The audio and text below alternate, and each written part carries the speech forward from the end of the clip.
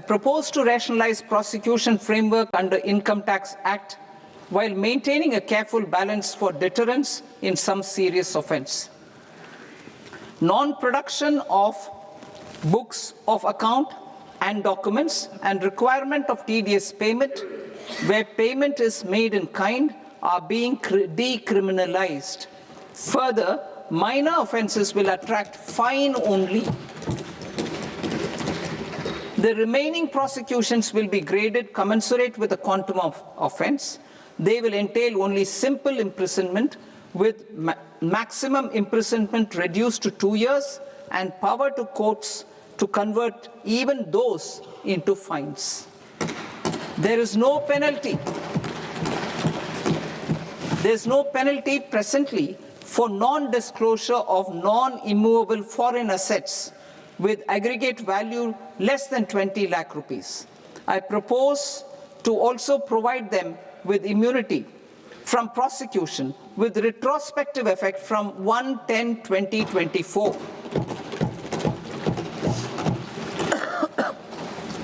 Cooperatives.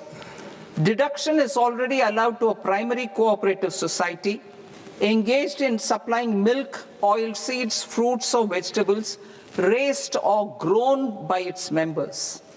I propose to extend this deduction to also include supply of cattle feed and cotton seed produced by its members.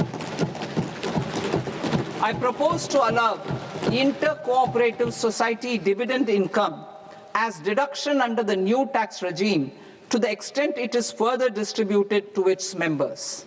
I further propose to allow exemption for a period of 3 years to dividend income received by a notified national cooperative federation on their investments made in companies up to 31/1/2026.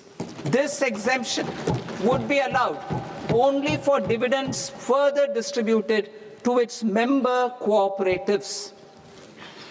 Supporting IT sector as India's growth engine. India is a global leader in software development services, IT-enabled services, knowledge process outsourcing services, and contract R&D services relating to software development. These businesses and their segments are quite interconnected with each other.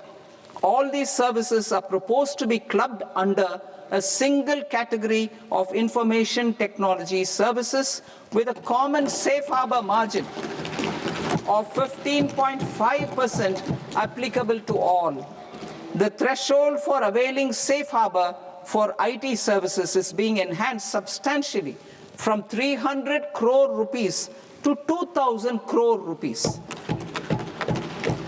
Safe harbor for IT services shall be approved by an automated rule-driven process without any need for tax officer to examine and accept the application. Once applied by an IT services company, the same safe harbor can be continued for a period of 5 years at a stretch at its choice. For IT services companies who want to conclude advanced pricing agreement, APA, I propose to fast-track unilateral APA process for IT services and endeavor to conclude it within a period of 2 years. The period of 2 years can be extended by a further period of 6 months on taxpayers' request. I propose to extend the facility of modified returns available to the entity entering APA to its associated entities also. Attracting global business and investment. Recognizing the need to enable critical infrastructure and boost investment in data centers, I propose to provide tax holiday till 2047 to any foreign company that provides cloud services to customers globally by using data center services from India. It will, however, need to provide services to Indian customers through an Indian reseller entity. I also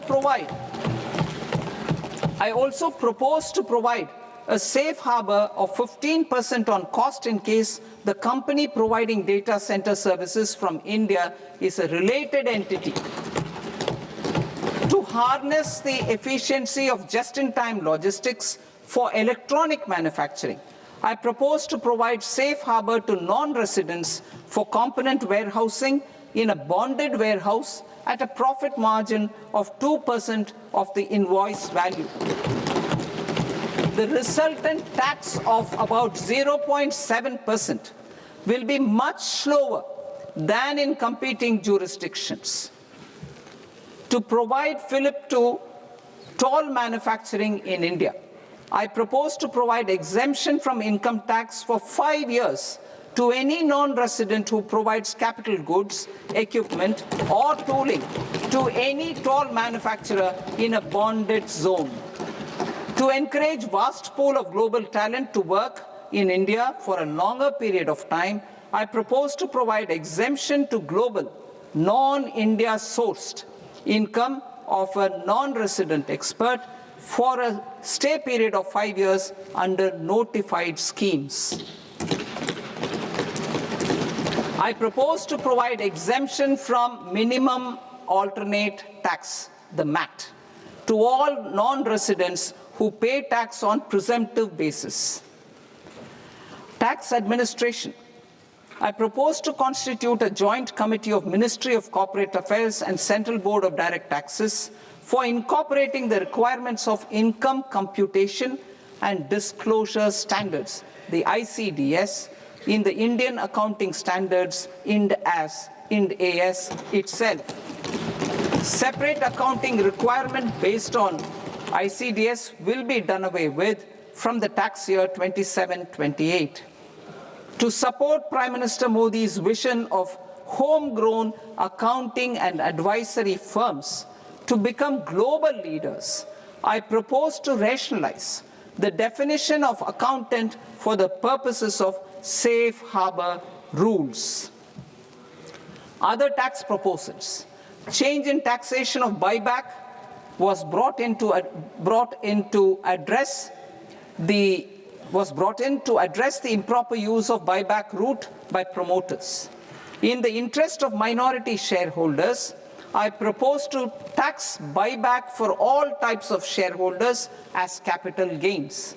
However, to disincentivize misuse of tax arbitrage, promoters will pay an additional buyback tax. This will make effective tax 22% for corporate promoters. For non-corporate promoters, the effective tax will be 30%. TCS rate for sellers of specific goods, namely alcoholic liquor, scrap, and minerals, will be rationalized to 2%, and that on tendu leaves will be reduced from 5% to 2%.